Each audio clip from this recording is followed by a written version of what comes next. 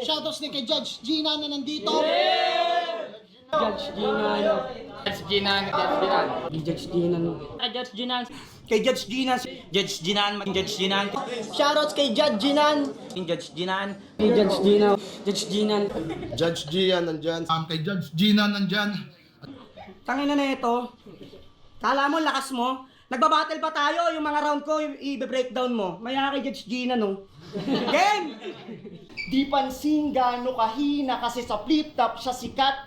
Pag vid dyan, Judge Ginan kasi instant na react.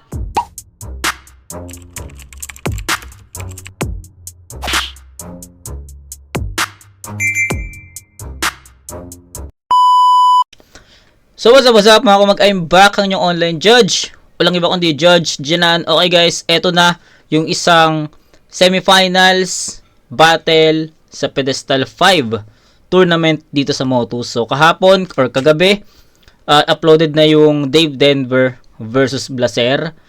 Ang ganda ng tapatan nila at grabing performance yon para kay Dave. Kaya big shoutout kay Dave, and kay Blaser naman, sayang nagkaroon lang ng konting problema sa pag-deliver, sa pag-perform ng obra niya. So ngayon, ito na, Siege versus Pamoso, and context lang pare silang undefeated. I think 4-0 si Siege, 5-0 naman si Pamoso. Nakita ko kanina sa standing nila. And then si Siege, more puro halos kampiyon yung mga natalo niya or mga tinalo niya, 'di ba? Yung dito sa tournament labas yung non-tournament battle niya, yung debut niya, 'di ba? Si MJC ba? Sa pagkakalam ko si MJC yung naging niya dito, debut battle, 'di ba? Pero after noon, tournament puro kampiyon yung nakalaban niya at natalo niya. Lord Manuel, Casper, tas eto si Pamoso. And another context lang ulit, si Siege ang nag-advance sa finals, will be battling Dave Denver. So grabe yung daan na tinatahak ni Siege dito sa tournament. Puro champion yung yung hinaharap niya, 'di ba? Natalo niya si Pamoso, and sa final stage Dave Denver, which is champion din, 'di ba? Si Pamoso naman, alam natin na 2024 pulo siya, titulo. Feeling ko kailangan tapatan ni Pamoso yung yung writing ability in terms of technical at punto ni Siege. Yun yung sa tingin kong kailangan ni Pamoso. Si Siege naman, kailangan lang niya maging consistent kung paano siya mag-spit, kung paano siya mag-deliver. Yun yung kailangan niyang ma-maintain. So, ayun. Gusto kong malaman, gusto kong makita kung paano natalo si Pamoso at paano nanalo si Siege. So, magandang bakbakan to guys. So, yun. Huwag natin patagalin. Game. Para kay Pamoso, Sukdulan 5, Pedestal Semis, pakinggan natin. Game.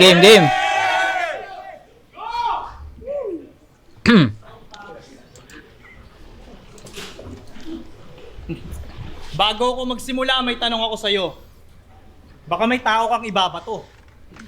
Ulit. Para kay Pamoso, Sukdulan 5, Pedestal Game. Semis, pakinggan natin.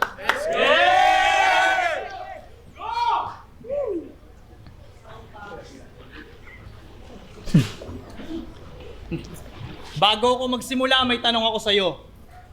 Baka may tao kang ibabato. Kasi nung una, si Kenji, yung rapper na konti lang protina.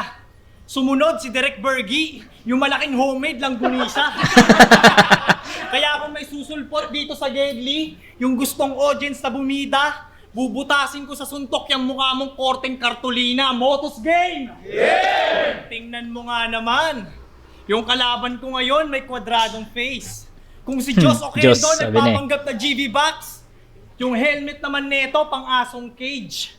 Ganyan ko natatapusin yung karera nitong uubos daw sa Tagalog race, bibira-birahin ko si Panga sa pangatlong stage hanggang ma-out of shape.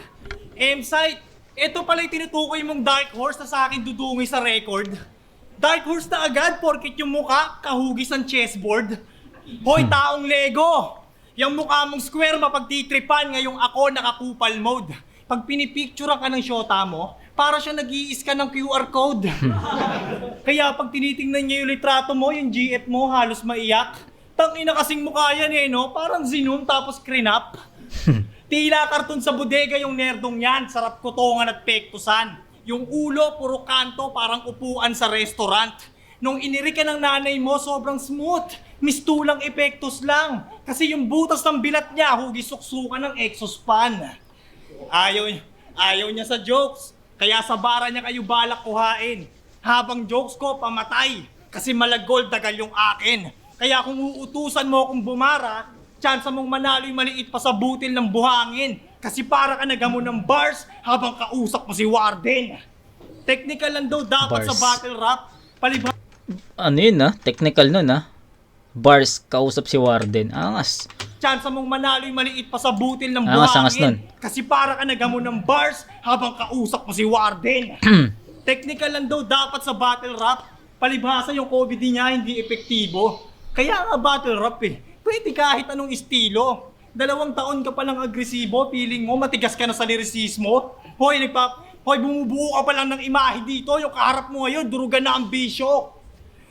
Ayon sa iyong perspektibo, banu pala si Jonas at wak si Sinyo. Tas gusto mo hangaan namin mga selfie bars mong insulto pwede kahit kanino. Yung mga crowd, madali lang nilang pepikein yung mga reactions. Sa mga kunwaring bars na i-spit mo dito. Pero yung mga punchline ko sa mukha mo, real talk, hindi yun biro. Technical. Yung Chicago Bulls nga, ginawa mong Chicago Bulls Para sabihin walang bayag si MJC kahit patumodo. Para lang ma-wordplay niya yung balls sa Bulls, naging betlog pa yung Toro. Sobrang bobo. Hindi ba neto yung logo? Kala ko ba marunong sa English to? Kaya kita sinisita, tang ina ka, kasi baka yung New York inex mo. New York Knicks. Next time, huwag ka na mag-wordplay. Pinilit mo yung balls, hanep. Ano yun, rape? Kasi ikakamatay mo ngayon yung balls para may cancer ka sa prostate. Tas sasabihan mo, mga MC dito, banu sa English. Huwag ka nga brutal manlait. Kilala mo si Badang? Daig ka pa nun kasi buti pa yon normal sa accent. Normal sa bars. Walang talent pagpatawa. Normal sa accent. Double meaning, no? Yung accent rap, yung accent battle league nila Lanceta, yun yung tinutukoy ni yun yung isang meaning na tinutukoy ni Pamoso, which is ayun naman yung pinaka nag-pop up. Actually second meaning lang yun, 'di ba? Second meaning lang actually, or I don't know pero ako para sa akin it was the second meaning of ano yun? Sa accent, 'di ba? Regular sa accent. Mga brutal. Tasasakit. Kasi ikakamatay mo ngayon yung balls para may cancer ka sa prostate. Sasabihan mo mga MC dito, banu sa English. Huwag ka nga brutal manlait. Kilala mo si Badang? Daig ka pa nun kasi buti pa yon normal sa accent. Normal sa accent pala. Walang talent pagpatawa, yung mga wordplay pantanga, ultimo ribat, hirap ka pang irekta. Patunay na ang siege, puro lang atake kasi wala kang pandepensa. Samantalang rebuttals ko parang tragedy. Masasawi ka sa mga ibabalik kong maraming hits. Tipong wala ka sa Mindanao pero mararanasan mo Marawi siege. Iba't ibang Marawi klase siege. aking heavy punch, iki-delicats kung alam mo lang selfie bars at basic technicals. Ngayon nilalabasan ka ng complete package pag mumukhain kitang empty box. Kaya kahit pa mag-ingat siya sa mga baon niya na ire-response, ay walang magagawa tong taga Davao parang karton sa Netherlands. Di porket Sorry, hindi ko gets yung walang magagawa karton sa Netherlands. So, hindi ko magets yung punto doon. So, explain nyo na lang sa akin sa comment section. alam mo si Ka ay walang magagawa tong taga Davao parang karton sa Netherlands. Simile Di porket tatalo mo si Casper, matigas ka namin. Ako kalaban mo ngayon, malabo ka ng palarin. Kasi kung natakasan mo yung multo, tangina mo, patay ka sa akin.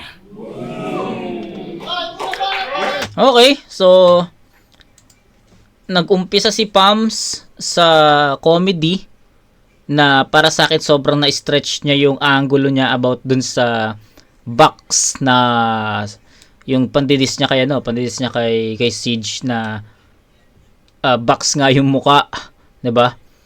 Karton. So medyo na-stretch 'yon para sa akin. Ang tagal parang umabot ata sa kalahati ng rounds ni Pams yung ano na 'yon, yung angulo na 'yon na box yung muka, square yung muka, Lego, 'di ba?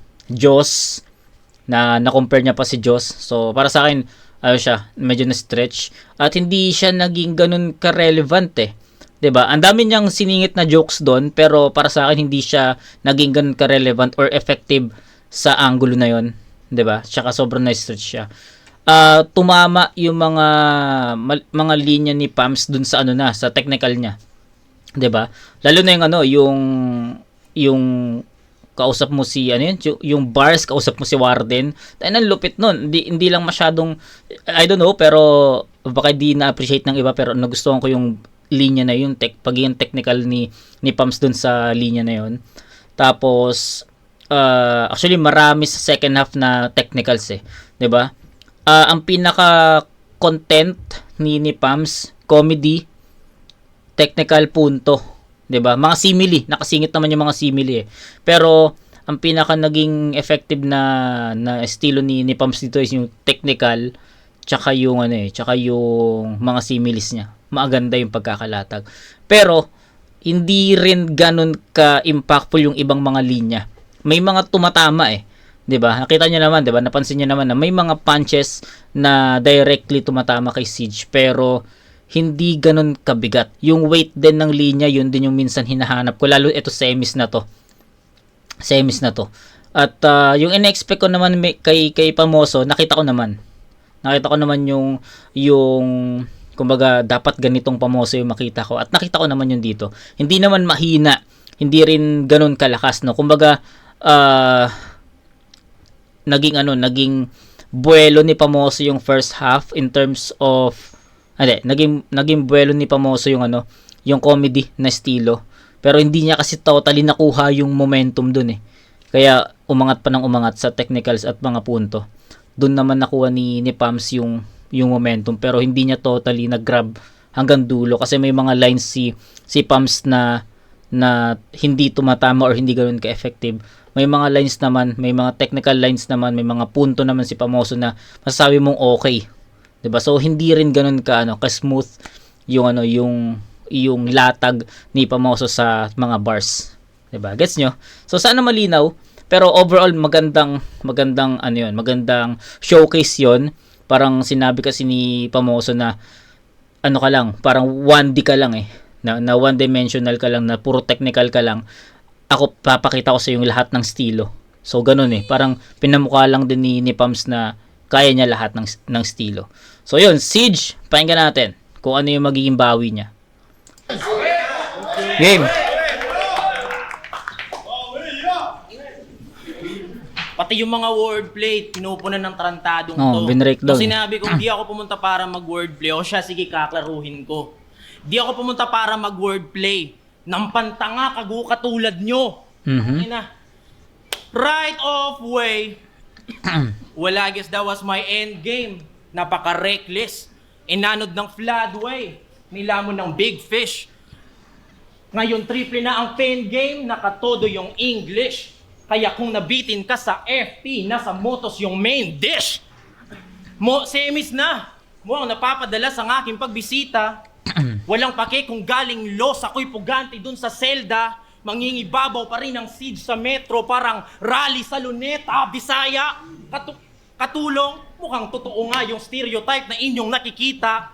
Dahil napaluwas na naman ako ng Luzon para may trabahuin sa Maynila.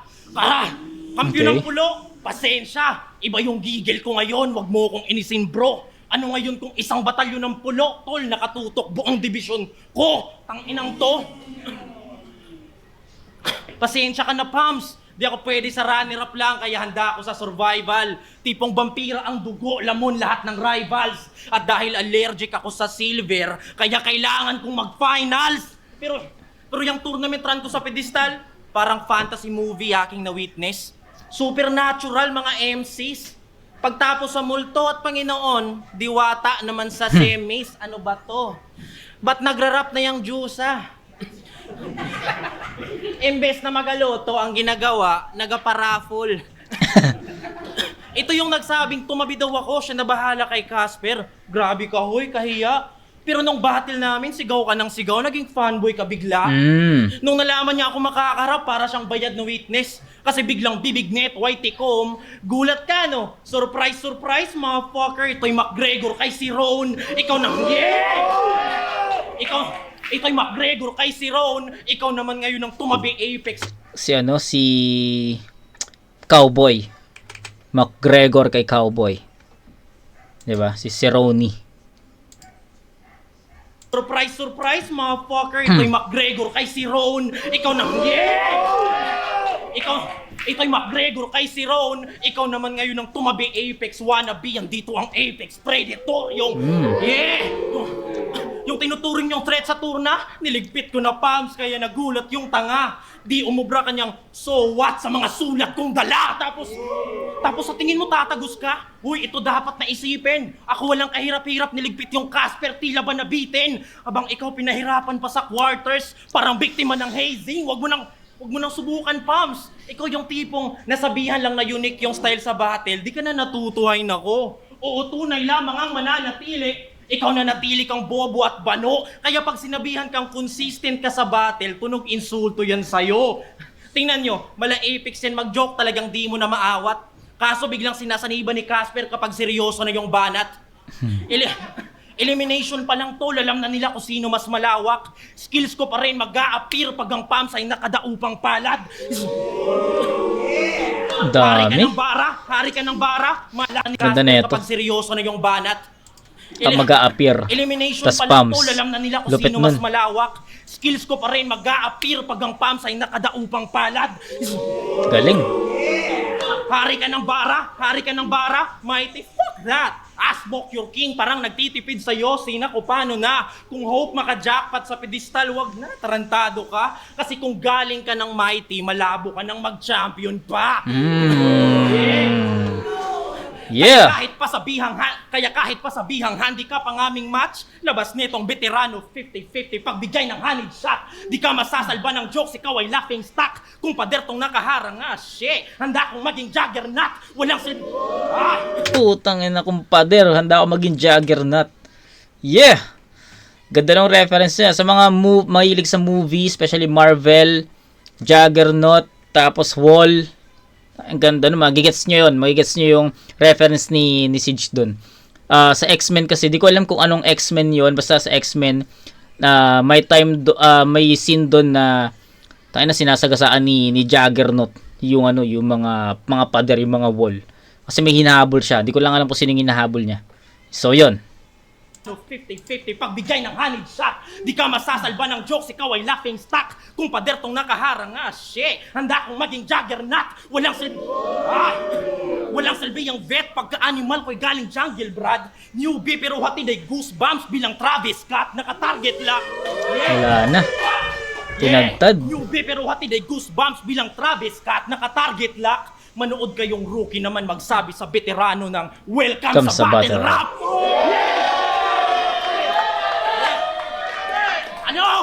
Ano, Pabs? Talo ba sa write-off? At least hindi nag-joke sa laban. Si Arik natuwa yan. Malabong magulangan. Kaya kung ikukumpara yung debut battle ko sa debut mo, parang toxic na ex. Wala tayong dapat pag-usapan. Malabo! Ano, ribat na ribat ka na? Trust me, di ka masasalban yan. Ako na magsasabi. Pakitindihan ng sulat at dun ka dumali. Wala akong angle na madami. Kaya wala kang kailangan ibalik na punto, Pams. Sa puntos ka bumawi. Tang ina mo. Ina mo.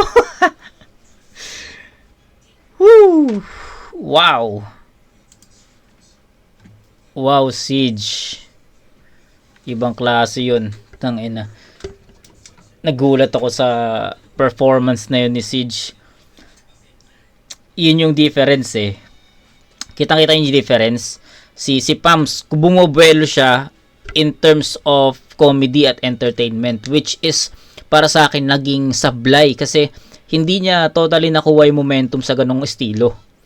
nakuha niya nakuha niya yung pinaka momentum, actually parang slight lang naman sa technicals mga punto niya, 'di ba? Sa second half. Actually sa second half pa, 'di ba? So doon siya nakakuha ng kahit konting glimpse ng momentum. Pero etong si Siege, sige, sabihin natin may mga suntok, may mga pasundot-sundot na comedy. Kita naman natin may sundot na comedy. Pero ang highlight kasi dito ni Siege is hindi yung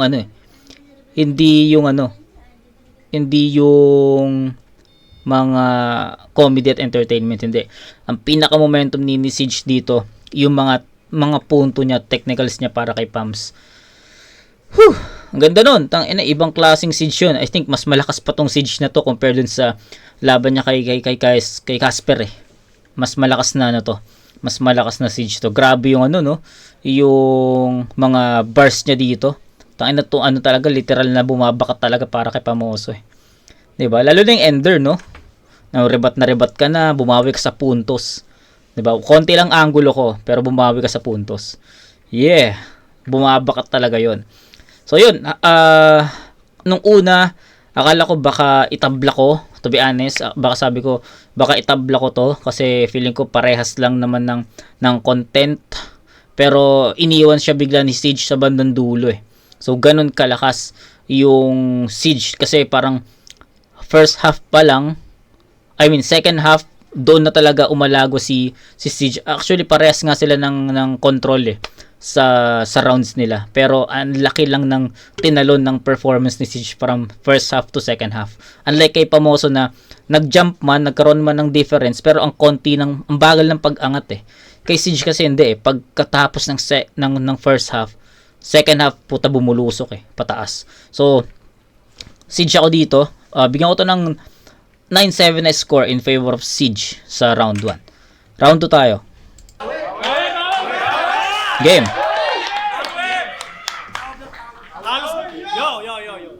Halos lahat ng mga lumanding puro selfie bars. Yan na ba tingin niyong kriminal? Okay, kailangan mo magbuhat ng bangko, tungtungan ko yan para maabot ko yung pedestal. Halos 4 na buwan niya lang panimula mong buga. Mas nasulidan pa nga kami dyan sa parisukat mong muka. Imbis na ipagtanggol yung side sa kabatil, puro di interesting na topic pa ang tinatakil. Nakakatawang meron kang square face pero wala kang right angle. Okay. Galing ka pala ng SGR, di nakapasok ka pala sa halagang 5 piso na kota. Balita ko yung venue ninyo, The Tent. Murahan kayo sa loob ng tinagpinyong tolda. At para malaman kung sino una, ikaw ang pipili pag na-shoot mo sa ring yung bola. At ang solid dyan yung TF nyo, grabe, 1 kilong kopra. Pero kahit na ganon, yung tournament nila doon, 2 beses niyang pinatos. Ang lupit kasi ng trophy nila, boss. Yung pangalan ng champion, i-engrave sa bote ng ginamos. Nung hindi niya naakin yung finals, binansagan niya yung sarili niya bilang uncrowned king. Sa probinsya pala, no, imbis na runner-up king yung branding. Dito kasi sa amin, pag tinawag kang king, meron kang something.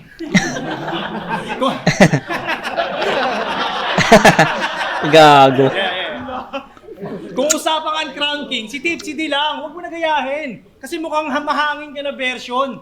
Gusto maging Tipsy D pero square yung ulo. Ano ka? Makina ng aircon?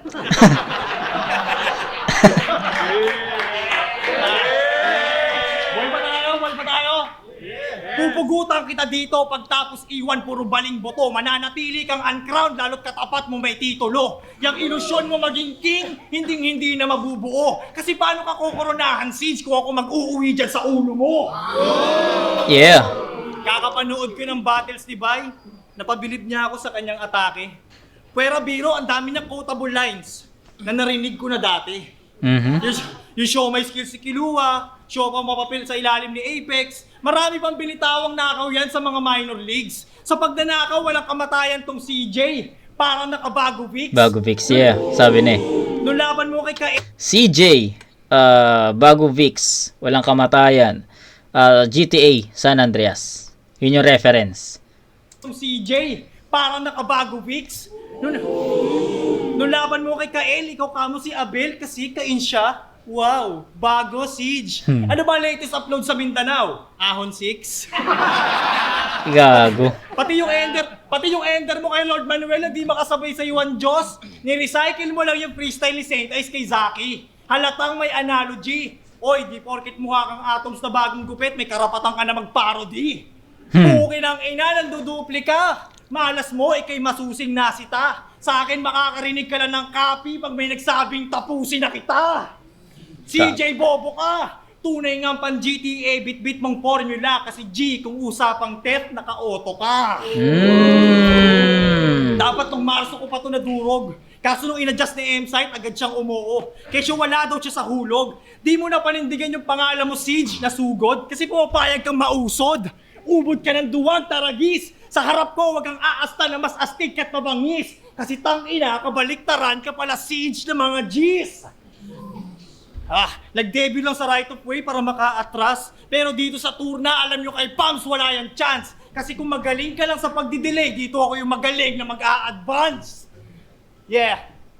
Sisiguruhin ko sa pedestal, biyaheng langit na next mo na flight, tanging matatanggap mo lang dito na ring, ay halo kay Zite. Idahilan mang prep mo ay tight sa mga painful ko na strike, matik ang dedo sa life. Gawin mang excuse yung right of way, sa'yo pa rin landin itong way of my right. Bali wala ang bimpo na white dahil sa tagal, naging patalim na yung naipong mga salita. Walang humpay kitang sasaksakin, yang sa dugo walang matira. Sa pangkunday tuloy-tuloy hanggang maubos ang stamina. Paulit-ulit yung ganto parang piplikir dyan si Bashiba. Pagbasdal kanyang itsura, pabagsak na ang figura. Ako yung gutom pero siya tong nabutasan ng bituka. Yung patalim, di ko na kinuha. At least yung plano, di na pornada. At least naranasan niyang magkalamansikmura na di dumadaan sa bunganga. Di ka na maibabangon ng mga taong inaantay kang tumayo. Plano ko patayin kita ngayon gamit lyrical mong laro. Di mo ikagagaling yung mga sigawan at mga mag-iingay dyan na pano dahil di masasalba ng special treatment yung pinsalang binigay ko sa'yo. Woo! Okay, tangina. Sige. Ito. Props sa round 2 ni Pams, pero sa tingin ko baliktad ito ng round 1 niya. Although, sige, sabihin ko sa inyo, mas malakas yung round 2 ni Pams. Pero yung energy magkabaliktad. Sabi ko nga sa inyo, sa round 1 ni Pams, kumukuha siya ng buwelo sa first half through entertainment at comedy. Na which is para sa akin naging sablay kasi hindi niya totally nakuha dun eh. Nakuha niya sa second half through technicals at punto pa. Ngayon sa second half, sa second round, baliktad ng naging takbo. Ang ganda ng first half ni Pamoso. Which is hindi naman totally nag-focus si Pams sa isang estilo. Halo yung first half niya. Andun yung punto, andun yung technical, andun yung comedy. Although may naulit na angulo about dun sa square yung mukha. 'Di ba? Yung square yung mukha, walang right angle, 'di ba? So okay 'yun. Okay lang. 'Di ba? Okay lang, hindi naman siya nagbabad ulit sa ganung angulo. Pero the way he performed, the way the way he shows the energy from that first half, 'di ba? Ang ganda eh. So I was expecting na magiging grabe tong second half ni Pams kasi nakuha na niya yung momentum dito sa first half eh. 'Di ba? Nakuha na niya. Tapos second half, andun na papunta na tayo dun sa pataas na enerhiya. Pero parang naglandslide eh. Parang ang na-expect ko pataas na. As biglang naging flat na yung pataas na, tas yung dun sa pinakataas, sa pinaka-peak, naging flat. Para sa akin kung paano ko siya napanood, naging flat. Hindi niya totally naangat hanggang pinaka dulo ng round niya. 'Di ba? So, kumbaga mataas yung naging pataas yung umpisa ni Pams first half sa round 2. Nung nakuha na niya yung gitna ng round niya, yung pinakataas, hindi na totally umangat pa. 'Di ba? Na-stuck siya dun sa gitna. Tapos naging flat na yung moment. Yung energy hindi na ma-feel. Although may mga punchlines na mabigat, may mga flow, may mga reference na tulad nung paulit-ulit yung ganito, parang nag-flicker job si Mashiba. Okay 'yun. Pero kung titignan mo kasi yung mga sumunod or titignan mo yung mga pinanggalingang mga linya, masasabi mo na hindi naging ganun kabigat eh. Nagets nyo? Tangina, sana magets nyo yung pinupunto ko or sana pares tayo na naging hatol doon. So, ulitin ko sa round 1, naging flat yung first half pero yung pagdating ng second half umarangkada. Sa round 2 naman, arangkada agad sa first half pero pagdating sa round 2, naging flat. So, sana mas maging klaro yun sa inyo. Pero, isa lang naman yung mapipinpoint ko dito sa round 2. Mas malakas tong round 2 compare sa round 1. Kasi more on technicals dito, more on mga mabibigat na punto eh. Ang gusto ko lang i-differentiate yung first half tsaka yung second half kasi I was expecting to alam mo yun, umakyat pa yung level, yung intensity level ni Pams sa second half pero hindi nangyari yun. Gets nyo? Sana nagets nyo yung gusto kong i-point out dito. Okay? Whew! Round 2 ni Siege. Game. Bali, 6 minutes yun, mga tol. Tsaka, magnanakaw daw ako ng linya. Yung seed, yung G's na wordplay, di ba sa akin, ginamit mo na yun sa ahon? Walang yaka. Ikaw, magnanakaw ka na nga lang, harap-harapan pa. Bobo. Tapos tinutulak ako. Agresibo ang puta. Kung si Lord Manuel Kupal, dahil hinagis si Kenji para yung bars magkalaman, eto sobrang tanga kasi kahit pinipisikal, tuwang-tuwa pa yan. Dinarag-darag ni Manuel. Pagiging gangsta neto, peke. Kung talagang may bayag ka, tol, dapat sinapak mo kagad si Kenji. Itsura neto lang mong batukan pag nagkaroon ng road rage. Yo, pussy kahit pa na old age. Ano pangalan mo, bitch? Erwin Pacalda? Pero bakit parang nakapalda on stage? Yo, bitch! Di mo pa kayang mag-isa. Kailangan mo ng buong grupo para matutong makipagbuno o sumulong sa gulo. Sabi nga nila, no man is an island. Sige, magpatulong ka sa pulo. Pero fuck pulo. Yeah. Pero fuck pulo, ikakahiya ka ng mga yan pagtapos kitang maikahon. Mabubuwag na yung liga nyo, makikita mo. Pamilyar sa pakiramdam kahit hindi yan deja vu. Dahil sa siege, magkakawatak-watak ulit yung pulo parang Philippine Archipelago, ganon. Hindi yung babahan at kasarap ni Arek na... yung pulo archipelago, masyado nang gamit na reference yun. Sa pakiramdam kahit hindi yan deja vu. Dahil sa siege, magkakawatak-watak ulit yung pulo parang Philippine Archipelago, ganon. Hindi yung babahan at kasarap ni Arek ng bubugbugin kita with both hands. Para akong siguro na may 4 arms. Tangina mo, 4 arms talaga yun. Kailan pa yung naging 3 or 2? May multi lang visit na yan. Kung di mo na sigurong 4 arms siguro manahimik ka na lang. Pag Okay. utak puro lamang boka. Habang rounds ko di ma-handle ng pumps, parang di kayang mag-dribble ng bola. Madaling mamanobra. Sana ikaw na lang yung namatay. Hindi si Butterbonya. Ang inang to. Bakit? At kani-kanino ko na lang kinukumpara to. Speaking, eto display, disclaimer or context, kung bala kayo kung ano itatawag nyo doon. Pero, ayun big shoutout kay, pangalan niya? Rene Waterbonya. Sige, shoutout sa kanya. Pero, baka awayin ako ng mga makarene dito. Pero, sige, opinion ko lang naman to. And kayo nang bala kung iti-take nyo as serious. Pero ako, I'm just expressing myself. Diba? So, shoutout kay Rene at shoutout dun sa mga sumusuporta. Okay? Pero, parang sobrang sobrang nagiging exaggerated na yung mga nangyayari para sa kanya or yung mga nangyari dahil dun sa ikinamatay niya. 'Di ba? Ang daming parang ginawan siya nga ng rebulto, 'di ba? Ginawan siya ng rebulto, ginawan siya ng maraming mga nakapangalan sa kanya na businesses, may peanut butter, 'di ba? So hindi ko maintindihan kung ano nangyayari, bakit may ganon, 'di ba? Tsaka active naman ako sa basketball world, 'di ba? Kahit papaano, 'di ba? Ako kasi ako more on PBA kasi ako. More on PBA. So, hindi ako masyado sa MPBL, hindi ako masyado sa NBA, pero kahit papaano naman may alam ako. But him, Rene, hindi ko siya kilala. Nakilala ko lang siya nung nabalita siya. 'Di ba? Nung nabalita siya na namatay siya. Tapos after nun, syempre akala ko since tulad ng mga ibang basketball player na pag namatay, ito lang, after nun wala na. So nagulat ako after ng siguro living or what. Hindi ko alam eh. Hindi ko alam. Bigla na kasi nagsusulputan yung ganito, yung Rene Butterbonia na mga businesses, 'di ba? May statue. Like what the fuck? 'Di ba? Sino siya, 'di ba? So ganun lang yung thoughts ko. So ayun, I don't know kung paano siya ite-take, pero gusto ko lang siyang i-express, no, personally.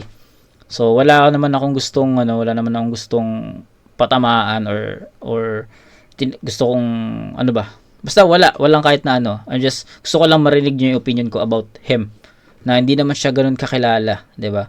UAAP, yes. Props, magaling. Hindi ko nga alam kung paano siya maglaro eh. Ni highlights niya hindi ko pinanood kasi ewan. So, bahala na kayo. Gusto ko lang marinig niyo yung side ko about him. So, going back, so game. Aling mama ni Obra, sana ikaw na lang yung namatay, hindi si Butterbonia! Ang inang to. At kani-kanino ko na lang kinukumpara, tol, parang mga magulang, pag yung anak nila batugan o nag-adik, marahil yan ang dahilan kaya sa pagribat ka na lang nasabik, buong pagkatao mo ay hiram, kaya pala nasanay magbalik. Sino ka ba? Sino influence mo? Sagot. Di ka sure. Pamoso, meaning famous, batarantado, kanyang pagkatao, peke pamihado. Paano ka naging pamoso kung sariling influence, hindi ka sigurado? So I'm here to kill you, confidence ko through the roof. Ililibing kita 6 feet under para lang ma-introduce ka sa yung roots. Kita mo mga bisita natin, ikaw pinunta ng mga yan, please wag kang maging mahina. Na-reference ko na si Butterbonia, dapat matik mo nang makita. Na ganyan pag mamamatay mga taong pamoso, marami ang bumibisita. Alam ko, para magbukang may palag ka, dadamihan mo lang yung 1, 2, 1, 2, well. Sobra mong predictable, kaya kalmado, nakaganto, yeah, I'm always cool. I got my hands up in case we go and brawl. But looks like you missed something, so let's do recall. Sabi ko, paano papasok yung 1, 2, kanina pa ako naka-shoulder roll, tangina. Ganon, hindi yung kahit sobrang rich na ng late. Ang kulit no? May parehas silang reference na boxing. Si Pamoso kanina, na paulit-ulit yung ganito, para nag-flicker job si Mashiba, tapos siya naman, 'di ba? Na shoulder roll. Angas. Parehas pa silang may ganung reference. Something, so let's do recall. Sabi ko, paano papasok yung 1, 2, kanina pa ako naka-shoulder roll, tangina. Ganon, hindi yung kahit sobrang rich na ng lenya, sinusulat pa rin. Itong mahilig sa bato, bagsak sa tirador, yung ball, kapag dinoble, matik, magulo yun. Tapos yung siege, tapos matik yan, pang pedestal, kahit linya typical, dadamihan lang yung flowers para tayo ay mag-cheer. Panagbenga festival, hoy, wala akong pake sa dami ng suntok. Kung yung impact minimal, hindi uubra yung volume puncher pagkalaban ay aral sa technical. Kaya pag kinumpara win rate natin, wala tong argumento dahil saka ka lang magiging solid pag pangalan mo sa lapida nakasemento. Professional sa gantong laro pero daming talo. Oo, di po yan invento. Ako amateur ang status pero record Lumachenko. Ops, si Siege overtime. Hanapan niyo ako ng butas, aba malabo. Dahil palagi din tong OT, kaya doble handa ko. Padamihan ng suntok, sige huramentado. Di niyo ko mahuhudas mga bobong hurado. Magaling manghugas Malaponsyo Pilato. Wala kayong makikita na butas, ultimo Pamoso ay burado. Okay. Round 2 Pamoso yun. Gaya nga na sinabi ko sa inyo, hindi man na-end, natapos ni Pamoso yung gusto kong energy para sa round 2 performance niya, which is ang ganda nga ng second half. Para sa akin, mas malakas pa rin yung round 2 ni Pams. Okay? Kay Siege naman, consistent siya, pero ang daming nawala. 'Di ba? Ang daming nawala. Kumbaga consistent siya sa energy, sa performance, sa linis, pero ang daming nawala na mga aspects para sa akin. Nawala yung mga mabibigat na punto niya. Andun pa rin yung technicals, which is ayun naman talaga yung estilo ni Siege, pero sa akin yung pagkakaroon ng mabigat na punto, dun ata sumablay si Siege. Unlike kay Pamoso, grabe yung mga pinupunto niya dito. Grabe yung mga jokes niya kasi kumonekta na. Grabe yung technicals niya. Grabe yung kung paano niya nailatag yun. Yung mga transitions sobrang effective din.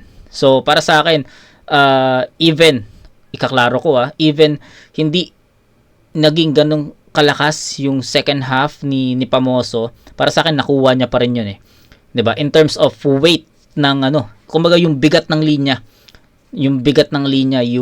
yung bawat suntok na naging effective at naging relevant, sobrang naging effective, sobrang naging relevant nun. So yun, round 1 binigay ko kay Siege yun, tama ba? Binigay ko kay Siege yun, di ba? So round 1 Siege 9-8, pero sa round 2 bibigay ko kay Pamoso ng 9-8 din. Tsaka tinry kong ikumpara din yung round 1 performance ni Siege tsaka yung round 2 performance ni Pams. Sa tingin ko magka-level 'di ba? Mas malakas yung round 2 ni Pams compare sa round 2 ni Siege, at mas malakas din yung round 2 ni Pams sa round 1 performance niya. At ganun din si Siege. Mas malakas yung round 1 performance niya over round 1 ni Pams, at mas malakas din yung round 1 ni Siege over sa round 2 niya. So, tinry kong i-level, tinry ko siya i-energy level, and sa tingin ko sa preference ko, the same yung round 1 versus round 2 ni Pams. I mean, yung round 1 ni Siege versus sa round 2 ni Pams, parehas.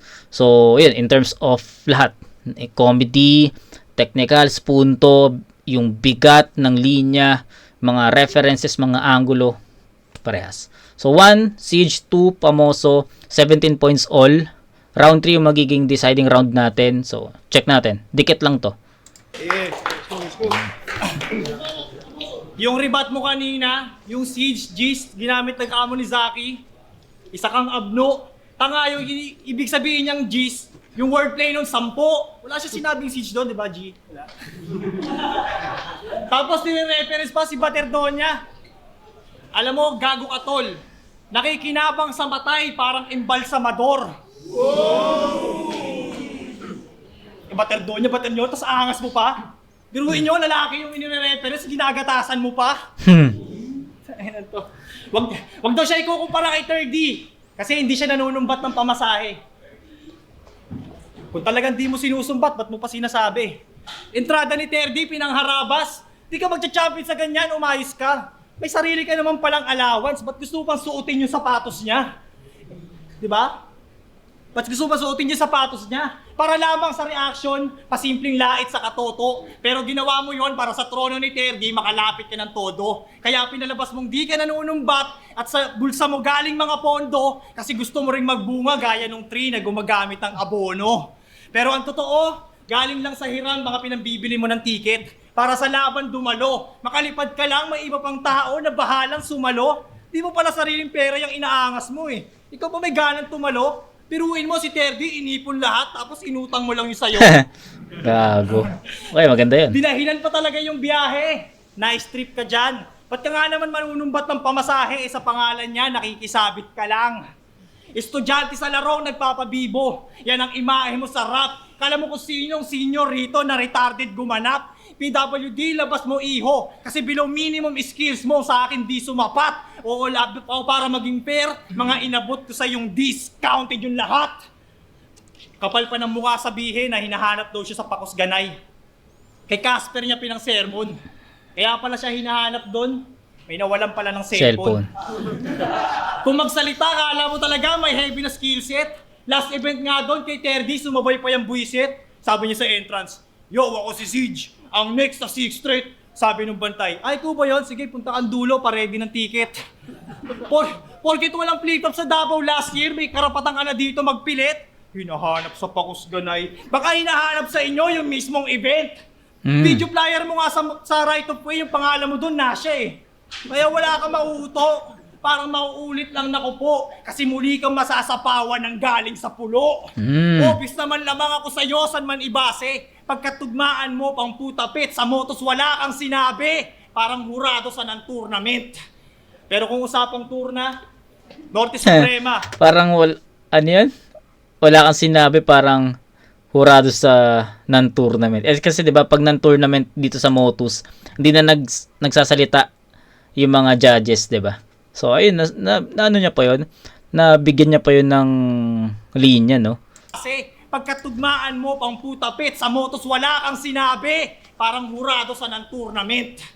Pero kung usapang tourna, Norte Suprema, Pulo at Pinas Astig. Lahat nakuha ko sa unang salang kaya pangalan ko Numingning. Samantalang ikaw sa iisang liga dumalawa kang subok pero mga bara mo bitin. Kaya kung iniisip mo naabutan mo ako, huwag ka sa lineup tumingin. Tanga, nagpapa-impress ka pa lang sa battle scene. Papunta na ako sa pang-apat ko na sinising. Okay. Di mo ako madadaan sa English bars lalo kung tinalo mo, Casper lang. Mapapasubo ka sa language cam. Pagtapos mong tikman-tigas ang Tagalog ko, tatagusto sa iyong mother tongue.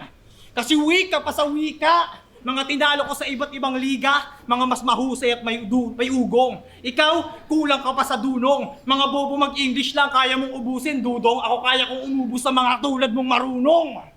Kung lumalain bite ka sa Tagalog, dinakaw din mga English na nauna mo pang sinabi. Pero ang mananakaw mo lang, bara, hindi yung linya ko papuntang pinale. Magkaiba tayo ng takaw. Ako lumalamo ng kadibate. Makikita ka na lang nila ulit dito pag sa hantungan na kita tinae. Sige, ikaw na yung Bisayang magaling sa English. Tipong pwede sa kay OTD. Basta ako, Tagalog. Ang tatapos kay Blaser o Didi. Kasi umarangkada na daw tong Dark Horse. Kanyan ko todo binahagi. Samantalang pinakain lang ng alikabok ng kaharap niyang parang logo ng Ferrari. Ako si Pams, pwedeng palad din at hindi tayo magkapareho. Dark Horse ka, pues ako yung mangingibabaw na kabalyero. Kung si Lord Manuel, Kung si pwedeng palad din at hindi tayo magkapareho. Dark Horse ka, pues ako yung mangingibabaw na kabalyero. Kung si Lord Manuel, Kung si Lord Manuel na triangle ay madali mong napaluhod, diniinan ko ng todo tong square kaya steadyng lumubog. Hindi to katulad ng round ni Casper na tila nabugok, oo parang PlayStation, pero hindi mo mai-ekis tong kasunod. At kung di ka pa nakatunog, konektado sa laro aking huling bersong pambibira. Parang logo ng PlayStation kasi mananatiling nakatayo tong P habang S naman yung hihiga. Game over. Ay. Pwede bang ihang muna natin yung round 3 ni Pams? Kasi para sa akin hindi naging hindi, malinis naman. Pero hindi naging relevant eh. Hindi naging ganoon ka-effective yung technicals ni Pams dito. Hindi niya nakuha yung momentum, in other words. 'Di ba? So flat. Ang ganda ng round 2 ni Pams, no doubt about it. Ang lakas nun, pero syempre andun yung expectation natin na ang ganda ng round 2 niya, sana madali sa round 3. Ganun eh. Yun yung hinahanap ko, but unfortunately sablay, no? Hindi siya marumi, hindi siya walang stutter or slip-ups, pero yung content mismo hindi naging ganun ka effective eh para kay Siege. Okay, so ito, Siege, pakinggan natin kung ano yung magiging bawi niya. Kailangan niyang bumawi. Well, siya, sige. Ikaw na yung pwedeng mag-move up sa susunod na baitang. Pero tangina mo, ano yung mother tongue? Round 3 game. Andyan na naman yung bata ka pa iho. Wala kang pag-asa dito. Parang loyalista laban sa DDS kasi walang kwentang argumento. Tanging sagot ko dyan, kung training ground ng Motos, idinasa tama akong pwesto.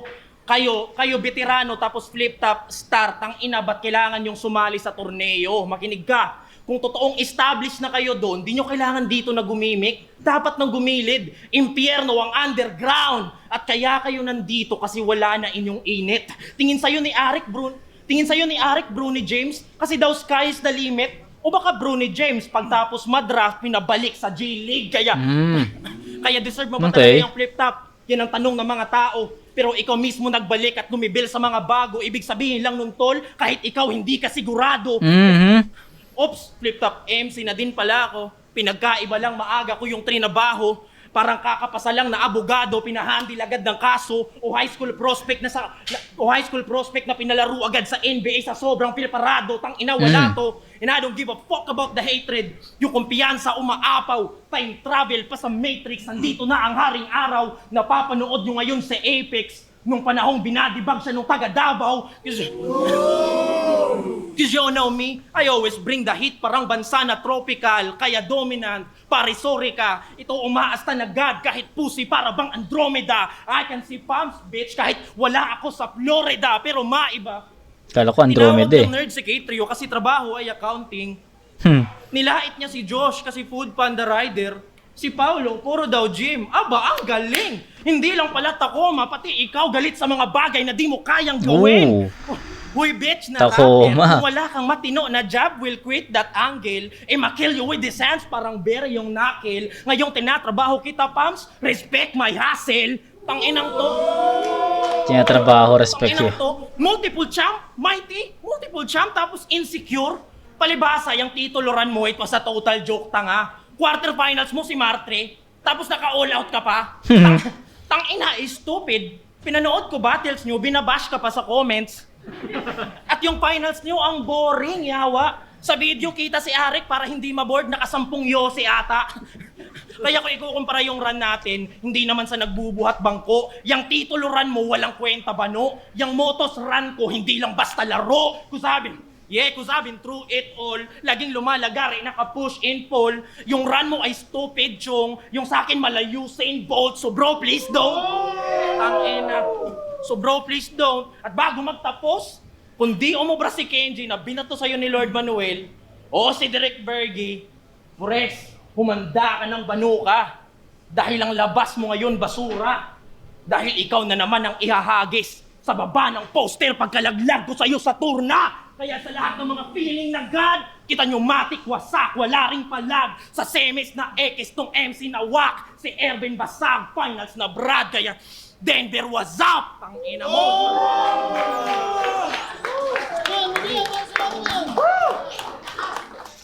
Okay. Round 3 Siege. Sa tingin ko, hindi ganun kalayo. 'Di ba? Sobrang dikit lang, siguro ilang points lang yung nilamang ni Siege. Siege tayo dito. 1 and 3 bibigay ko yun kay Siege. Round 2 Pamoso. That's a 9-7 in favor of 9-8 in favor of Siege. Explain ko mamaya kung bakit. Bigyan ko lang ng score. So round 1 Siege, round 2 Pamoso 17 points all kasi 9-8 9-8 'yon. Sa round 3 9-8 in favor of Siege. So, that's 25 points for Pamoso. Kay Siege naman, meron siyang 26. So, 1 point lang talaga. 26 to 25 in favor of Siege 1 and 3. Rounds 1 and 3. Round 2 Pamoso yun. So, ganito.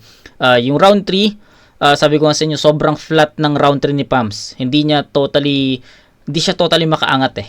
'Di ba? Andun yung buwelo niya, yung mga setups niya, pero pagdating sa punchline kasi hindi niya totally nakukuha yung yung pinaka worthy punchline para dun Gets nyo?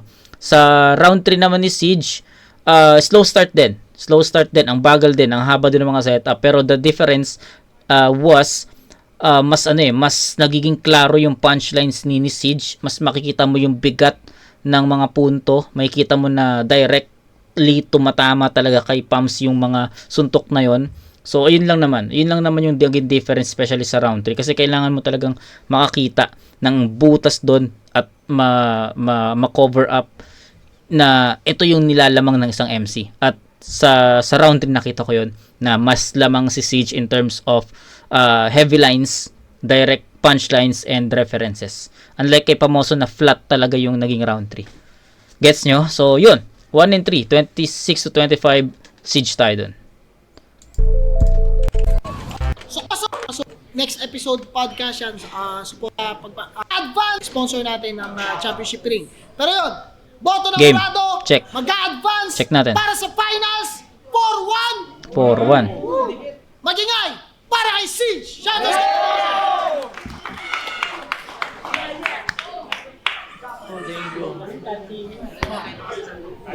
Man, speechless. Thank you, Motos. Yeah. Pa-shoutout lang ako, Thank you, Motos. Yeah. pa-shoutout lang ako. Yo, shoutout sa at napa-shoutout din pala rin Aircon Crown Manila sa pala yung bumoto kay. Yo, Frus nga pala. Isa ako sa bumoto. Ako lang pala yung bumoto kay Pams. Para sa akin kasi sa round 2, malinaw yun para ipamoso. Oo, round 1, kay binigay ko is Siege. Oh, pares kami. Sobrang dikit pero slight edge lang ibibigay ko kay Pamoso yung round. So, pares kami ni Fruz na 1 and 2. Di ba? Sa round 3 lang nagkatalo. Yo, Zaki, binoto ko si Siege first round, kay Siege second round, kay Pamoso. Pams, third round, sobrang dikit lang, pero Siege. Siege yun. Oh, pares kami ni Zaki. All 3 rounds naman, dikit lang, pero mas natitripan ko yung kay Siege, yung quality ng rhymes. Yes. Pati angle kay Pams. Yung second round niya malakas, pero yung knockout angle accusation, parang gas-gas na siya na angle, tapos walang anything na parang bago. Pero malalakas. Pero yun nga, Siege. Yeah, Siege. Yo, one days, binoto ko si Siege. Kaya pagpukan one para sa akin kay Siege yun. Round 2, yun. Pamoso. Yun. Makikita naman natin. Pero 3, yun na, binasi ko rin lang talaga kung sino yung malakas sa round 3. Yun lang sila nagkatalo. Pero para sa akin, malakas yung kay Siege. Congrats to. Siege din, pares. Pero Tacoma, isa ako sa mga bumoto kay Siege. Round 1, masasabi ko, dikit pa talaga siya. Pero para sa akin, mas maraming highlights na mas maraming lumanding na quality punch talaga si Siege. Yung talagang matatandaan mo na hindi siya puntos lang. Round 2, yun din. Yung round 1 kasi ni Pamoso, effective si Siege sa punchline niya ng mga technicals talaga. Tapos hilinay ni Pamoso mag-jokes. Though, medyo nakakatawa pero hindi siya nagiging highlights talaga. Tapos round 2, mas nakuha ni Pamoso yung para sa akin, mas pumasok yung jokes niya doon. Oh, yes. Pero pwede Impress nga siyang kami. tablay kasi kung tutusin hindi rin naman ganun kahina yung round 2 ni Siege. Pero para sa akin kahit paano Pamoso yon or pwedeng tabla. Pero round 3 isa yun sa mga pinakadikit. Pero para kasi sa akin masyadong nagbabad si Pamoso dun sa Technical. para siyang nagkikwento na may mga punchline pero hindi sobrang bumabag sa kay Siege. Tama. Hindi ko masabi kung talagang puntos ba siya. Pero kay Siege makikita mo na kahit natatapik niya yung sarili niya, pa rin siya, Pupuntos pangangat pa rin yung pinapamukha niya kay Pamoso. So, para sa akin, round 1, Siege. Round 2, Pamoso. Pwedeng tabla or pwedeng Pamoso, round 3, Siege. Yeah. Yo, sabihin nyo, binoto ko si... Siyempre, first time sa lente ng Motos Pilipinas, man. Binoto ko si Siege. Round 1 binigay ko kay Siege, tapos round 2 binigay ko kay Pamoso. Pare-parehas lang kami, oh. Akala ko makukuha ni medyo flat yung Flat part nga. ng round ni Yeah. Pamoso. Tapos habang itong sa kabila, dire-diretso lang sumusuntok every once in a while. Yung bandang dulo ni Pamoso, medyo lumalakas ulit, pero tingin ko hindi siya naging sapat para matapatan yung overall nitong isa. Tsaka maganda yung attitude niya dun sa sa round 3 niya na parang kine-claim niya na pa-finals na siya. Malaking epekto rin yun lalo sa mga malalaking crowd ganun. So yun, may attitude that mas maganda ang kalahatan yung round 3 ni Siege yun. Dikit lang. Okay, so yun. Pare-parehas lang kami na naging opinion dito, guys. From sino unang bumoto? Si Espero, si Fruz hindi Yan, from Zaki, Wanli Ace, Espero, tsaka Sur. Pare-parehas kami na 1 and 3 Siege yun. Pero yung Pamoso, round 2. Actually, 1 and 2 naman, pare-parehas sa lahat. Pero yung round 3 kasi binigay ni Fruz kay Pam. So, yun. Ang ganda ng battle. Sa tingin ko magiging dikdikan talaga yung Dave Denver versus Siege at walang rematch na nangyari, no? Kasi kung si Pamoso at Dave Denver yung ang magtatapos sa fans, rematch yun. Tinalo na ni Pam si Dave dati. Kung si Blazer naman at si Pams, alam ko nag-battle na rin sila before sa pagkakatanda ko. So it's ano rin, rematch din 'yun, 'di ba? So ayun, ngayon walang rematch na nangyari. So classic shit na ano to, event to. So yun lang guys, and tignan ko kung ano pang marereview natin ngayon. Tapos reviewin na natin, panoorin na natin. Okay, so kita tayo sa next na review. Congrats Siege and bawi sa susunod, Pams. Peace out.